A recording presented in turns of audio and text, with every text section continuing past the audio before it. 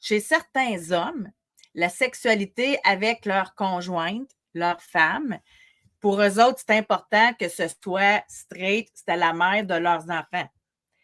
Alors qu'ils avaient envie d'avoir des relations sexuelles plus olé-olé avec des maîtresses.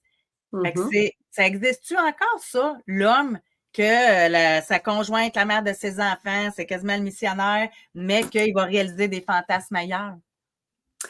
On pourrait parler de femmes aussi. Avec leurs conjoints qui veulent que ce soit... avec OK. de femmes avec leur conjoint, que c'est une sexualité un peu beige, tiède, prévisible, monotone, OK.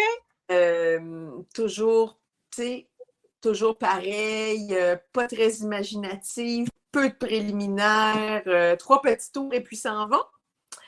Et d'avoir envie d'un amant qui a des habits, qui l'embrasse, qui french pendant 2 heures, qui se regarde pendant l'intimité. Alors, j'entends ça, hétéro, homo, homme-femme, c'est sûr que quand tu trompes, tu veux avoir quelque chose d'extraordinaire. Là, c'est sûr que ce que tu me présentes, on parle du clivage objectal. Donc, c'est-à-dire que la personne que tu aimes devient sacré, précieux. J'ai peut-être moins envie de faire des trips sexuels, cochons, pornographiques avec cette personne-là qu'on s'aime. Mais avec quelqu'un que je n'aime pas, je suis dégagée de cet aspect sacré. Puis là, ça me permet de faire des choses que j'aurais jamais osé faire avec cette personne-là. Et pourquoi? Par peur du jugement du conjoint qui ne voit pas de la même Là, j'ai envie de façon? te dire, j'ai osé deuxième prévention.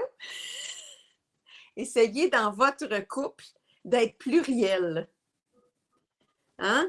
Vous allez au supermarché, il y a une variété de fruits et légumes, on ne mange pas tout le temps la même affaire. Donc, dans la sexualité, c'est que dans notre couple, on peut avoir une variété d'intensité.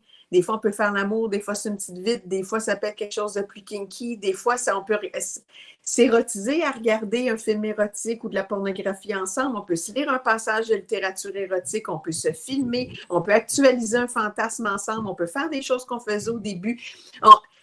Plus il y a de ça riche qu'on peut être, plus, je vais dire comme ça, c'est pas péjoratif, plus cochon, audacieux, intense ensemble, de moins de risques d'accrocher là-dessus pour vivre ça à l'extérieur de la relation. Mais si notre relation de couple devient beaucoup plus convenue, puis sexuellement terne, beige et plate, ennuyante, puis que là, moi, quand je vois que Netflix, qui est très bon pour notre érotisation, hein, je te parlais d'Escort Boys, mais ça, je pense que c'était sur Amazon Prime, mais il y a toujours un petit quelque chose de coquin, une petite série, là, qui nous chatouille, là, l'érotisme.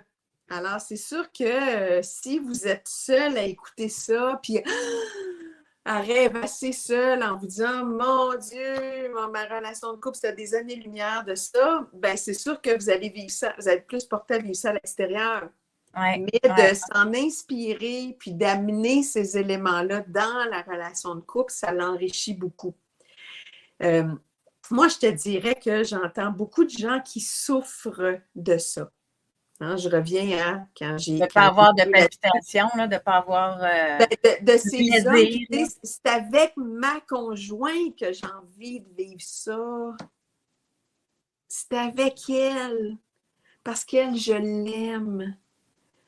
Puis ça me fait tellement mal que ça ne l'intéresse plus.